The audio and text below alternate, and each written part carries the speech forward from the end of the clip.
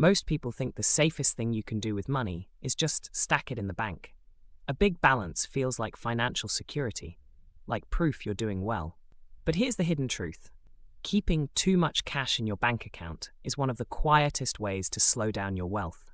It tempts you to spend more, it loses value every year, and it tricks you into thinking you're further ahead than you really are. And there's actually a right number, a point where safe cash turns into wasted potential. Go over it, and you're quietly delaying your retirement, your investments, and your freedom. In this video, I'll show you why keeping over that amount is dangerous, how to figure out your exact number, and what to do with the extra money instead. Because real financial security isn't about how much cash you hold, it's about how well you put that cash to work. Let's get into it. Point 1. Big balances make you spend more. Imagine opening your bank app and seeing $30,000 sitting in your checking account. Feels good, right? You feel secure, responsible, maybe even ahead of the game. But here's the trap most people never notice. The bigger your balance, the easier it is to spend. If you're out shopping and see a $200 pair of shoes or the latest phone upgrade, your brain says, "Why not? I've got plenty sitting there." You're not just buying shoes. You're dipping into money that was supposed to be for emergencies, savings goals, or future freedom. And this isn't just theory. Studies have shown that when people feel a financial cushion in their account, they spend more freely. The number tricks you. It creates a false sense of room to spend, even when that cash is already spoken for. The problem gets worse if you run your entire financial life out of one account. Your emergency fund, your travel fund, maybe even your down payment savings, all lumped into one big pot. When you look at that balance, it feels like a green light. But really, every swipe is draining tomorrow's security. That's why people who quietly build wealth separate their cash into buckets. They automate transfers so that emergency funds, investments, and savings goals live in different places. What's left in checking is for today's life, not for slowly raiding your future. Because the truth is simple, big balances don't protect you. They tempt you, and the more temptation you give yourself, the longer it takes to actually get ahead. Point 2. Idle cash doesn't work for you. Cash feels safe. It feels like progress. You see a growing balance and think, "I'm doing well." But here's the problem. Money sitting in a regular bank account isn't working for you. It's just waiting. And waiting money doesn't build wealth. I've seen this play out countless times. A friend of mine, earning over $20,000 a month, stacked up nearly $80,000 in his checking account. He told himself he was being smart, being cautious. But while that cash sat still, the market moved. In just 1 year, the S&P 500 gained more than 15%. On $80,000, that's over $12,000 of growth he missed, simply because he was afraid to put his money to work. And here's the harsh truth. Wealthy people don't let idle cash pile up. They know that every dollar sitting still is a dollar losing to opportunity cost. Because here's the reality. Cash doesn't grow on its own. At best, a traditional savings account pays 0.1%. That's pennies. Meanwhile, inflation and lost compounding are quietly eating away your future. That's why the wealthy ask themselves a different question. Not, how much cash do I have? But how can this dollar create more dollars? They put money into assets, investments, high-yield accounts, systems that multiply. Because the point of money isn't just to sit. The point is to work. So $1 today becomes many dollars tomorrow. Point 3. The excess cash illusion. Here's something most people don't realize. Having a lot of cash in your bank can actually feel like wealth, but it isn't. It's what I call the excess cash illusion. You see a big number and think, "I'm doing great, I'm safe, I'm ahead." But what you're really looking at is money that isn't growing, isn't compounding, and isn't moving you closer to freedom. Think about it. If you have $50,000 just sitting there, that might feel like proof you're financially secure. But unless that cash has a specific job, like covering emergencies or funding a near-term goal, it's not security. It's stagnation. And here's the quiet difference between someone who stays stuck and someone who builds real wealth. The stuck person hoards. They let their comfort balance keep climbing, telling themselves they're being responsible. The wealthy person sets a limit, just enough for safety, and puts the rest to work. Because beyond a true emergency fund and your short-term needs, more cash doesn't equal more safety. It equals more delay. Real wealth isn't measured by the size of your bank balance.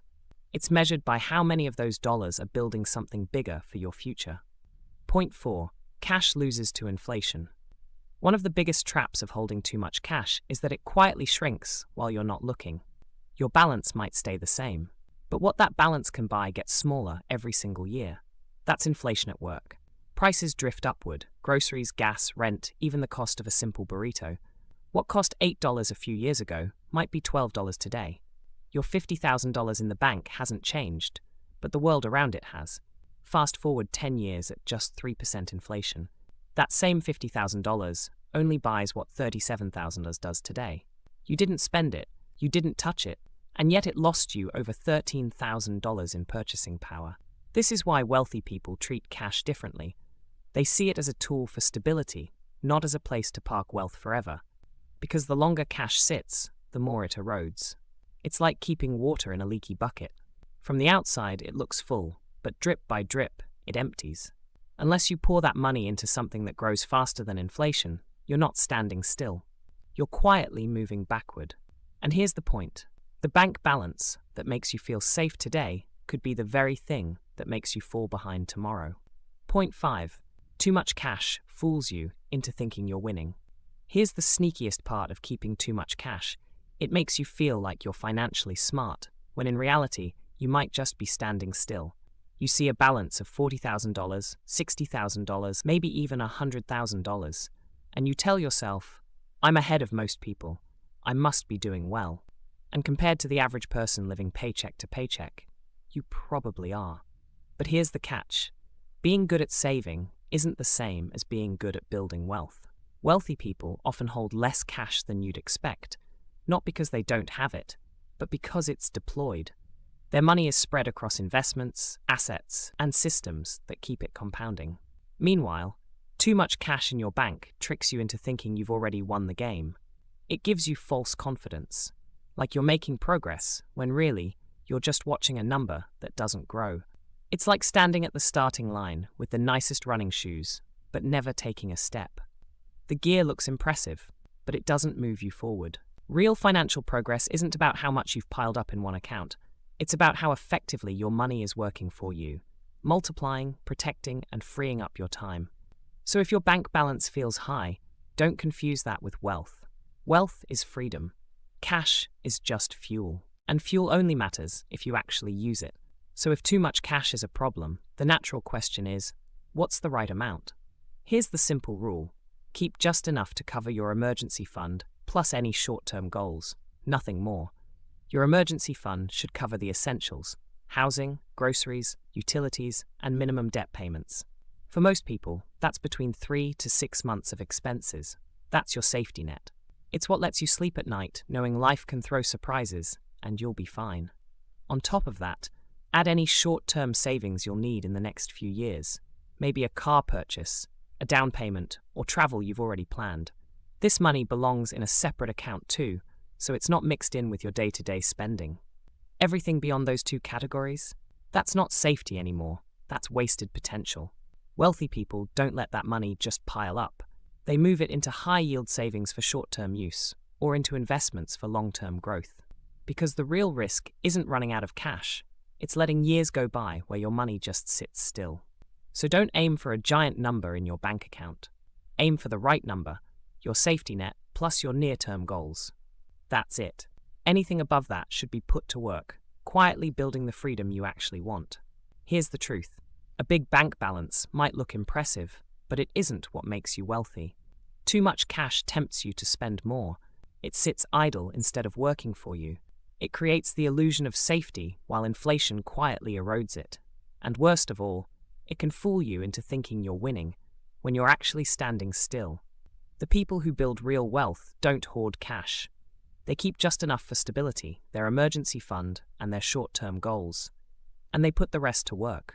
That's how they turn money into freedom years earlier than most people ever will.